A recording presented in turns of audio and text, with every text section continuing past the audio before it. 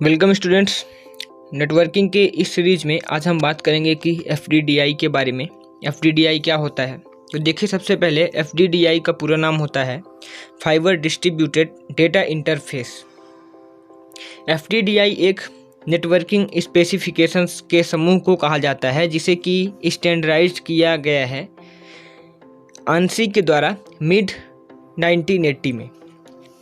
तो हमने अभी बात की कि FDDI का पूरा नाम होता है फाइबर डिस्ट्रीब्यूटेड डेटा इंटरफेस। एक FDDI नेटवर्क सपोर्ट करता है डेटा ट्रांसफ़र स्पीड करीब 100 Mbps तक की, वो भी एक फाइबर ऑप्टिक केबल में। और वहीं ये इस्तेमाल करता है एक रोटेटिंग टोकन की, जो कि ये डिफाइन करता है कि कौन सी सिस्टम एक विशेष समय में डेटा सेंड करेगी। अच्छा, अब इसके बाद देखिए, FDDI uses fiber as its physical medium। FDDI optical fibre का यूज करता है और FDDI नेटवर्क में शामिल होते हैं दो फिजिकल पाथ। अभी हमने इन पाथ के बारे में इसके पहले बात नहीं की है, तो अभी बात कर रहे हैं कि दो फिजिकल पाथ शामिल होते हैं, या कि रिंग जो कि डेटा को ट्रांसफ़र करते हैं उल्टी दिशाओं में। जहां प्राइमरी रिंग डेटा को कैरी करती है सिस्टम के बीच में, वहीं सेकेंडरी रिंग का इस्तेमाल रिडंडेंसी के लिए किया जाता है। तो यहां पर कितने पाथ यूज होते हैं? दो पाथ होते हैं, फिजिकल पाथ या कि रिंग। और इसके अलावा अगर कोई सिस्टम नेटवर्क में कोई इंटरप्शन पैदा करती है प्राइमरी डेटा पाथ में, तब सेकेंडरी रिंग का इस्तेमाल में लाया जाता है। मीन्स सेकेंडरी रिंग को तब उपयोग में लाया जाता है तब तक जब तक कि प्राइमरी रिंग फिर से फंक्शनल ना हो जाए। और FDDI की एक वेरिएशन, जिसे कि FDDI फुल डुप्लेक्स टेक्नोलॉजी या कि FFDT भी कहा जाता है, वो सेकेंडरी रिंग का इस्तेमाल करता है एक एडिशनल प्राइमरी चैनल के रूप में। इस प्रकार कि FDDI नेटवर्क में कोई भी रिडंडेंसी नहीं होती, लेकिन ये सपोर्ट करता है data transfer rate up to 2000 Mbps तक, 200 Mbps तक।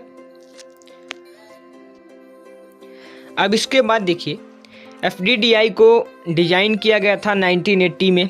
वहीं इसे मुख्य रूप से फास्टर नेटवर्किंग प्रोवाइड करने के लिए भी बनाया गया था। वहीं इसे 10 Mbps ईथरनेट और 16 Mbps टोकन रिंग स्टैंडर्ड्स की तुलना में बेहतर नेटवर्किंग प्रदान करने के लिए बनाया गया था।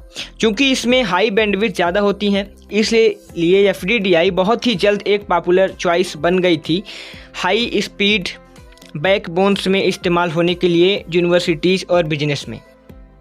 इसके बाद क्या था कि जहां एक समय में FDDI दुनिया का सबसे फास्टर लैन टेक्नोलॉजी रहा काफ़ी वर्षों के लिए, लेकिन वहीं बाद में इसे सप्रेस्ड कर दिया गया फास्ट ईथरनेट के द्वारा, जो कि ऑफ़र करता था 100 Mbps स्पीड, वो भी काफ़ी लो कास्ट में। FDDI क्या था कि एक high performance fibre optic LAN network होता है जो कि 200 किलोमीटर का क्षेत्र कवर करता है। FDDI नेटवर्क में डेटा स्पीड लगभग 100 Mbps होती है और इसमें लगभग 100 स्टेशन कनेक्टेड होते हैं। एक नेटवर्क की हाई बैंडविड्थ होने के कारण इसे कॉपर लैन कनेक्शन के टाइम बैकबोन की तरह भी यूज किया जाता है। हमने अभी यहाँ पर थोड़ा पीछे बात की थी कि FDDI नेटवर्क में डेटा स्पीड लगभग 100 Mbps होती है और इसमें केवल लगभग 100 स्टेशन कनेक्ट हो सकते हैं। तो देखिए, इसमें 100 स्टेशन कनेक्ट हो सकते हैं, लेकिन अगर आप इससे ज़्यादा भी स्टेशन को कनेक्ट करना चाहते हैं तो आप कम से कम 1000 स्टेशन को बड़े ही आसानी से कनेक्ट कर सकते हैं।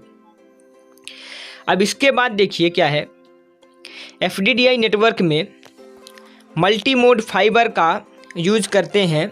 क्यों यूज करते हैं? क्योंकि 100 Mbps स्पीड पर चलने वाले नेटवर्क के लिए सिंगल मोड फाइबर का यूज़ करना अतिरिक्त खर्चे को बढ़ा देता है, जिसकी ज़रूरत नहीं होती है।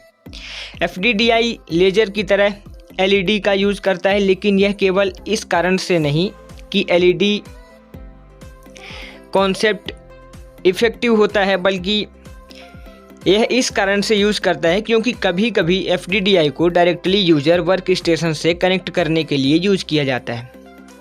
FDDI का डिज़ाइन आपको 2.5x10 POW 10 बिट्स में से एक से ज़्यादा एरर को कॉल नहीं करती है। FDDI केबलिंग में दो तरह की फाइबर रिंग होती हैं, एक क्लॉक वाइज डायरेक्शन में ट्रांसमिट करती है और दूसरी एंटी क्लॉक वाइज डायरेक्शन में ट्रांसमिट करती है। अगर किसी कंडीशन में एक केबल ब्रेक होती है तब हम दूसरी केबल को बैकअप की तरह यूज भी कर सकते हैं। FDDI के द्वारा स्टेशन की दो क्लासेस डिफाइन की गई हैं। क्लास A स्टेशन का यूज़ हम दोनों रिंग्स को कनेक्ट करने के लिए करते हैं और क्लास B स्टेशन का यूज़ हम केवल एक रिंग को कनेक्ट करने के लिए करते हैं। और दूसरी चीज़ क्या है कि FDDI नेटवर्क में 5 से 4 एनकोडिंग सेम यूज होती है।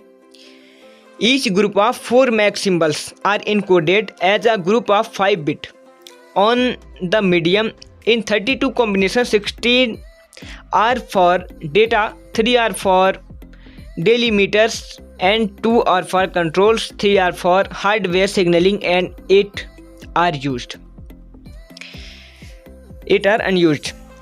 तो जो बेसिक FDDI प्रोटोकॉल है वो प्रोटोकॉल से बहुत ज़्यादा सिमिलर या मिलता जुलता होता है। डेटा को ट्रांसमिट करने के लिए प्रत्येक स्टेशन को पहले टोकन कैप्चर करना ज़रूरी होता है।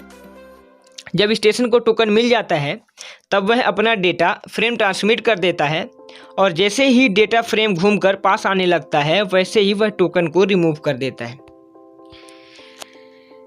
FDDI में 802.5 में डिफरेंस यही है कि टोकन रिंग में स्टेशन तब तक नया टोकन प्रोड्यूस नहीं कर सकते जब तक उसका फ्रेम बिल्कुल लौट करके वापस ना आ जाए। तो इस वीडियो में हमने यही जाना कि FDDI क्या है, FDDI का यूज़ क्या है और FDDI के बहुत सारी चीज़ों को हमने देखा इस वीडियो में। तो अगर आपको ये वीडियो पसंद आए तो इस वीडियो को लाइक करें और अपने फ्रेंड्स के बीच में ज़्यादा से ज़्यादा शेयर करें और हमारे चैनल को सब्सक्राइब करना बिल्कुल ना भूलें ताकि कोई नई वीडियो अपलोड हो तो उसका नोटिफिकेशन आपको जल्द से जल्द मिल सके। Thanks for watching.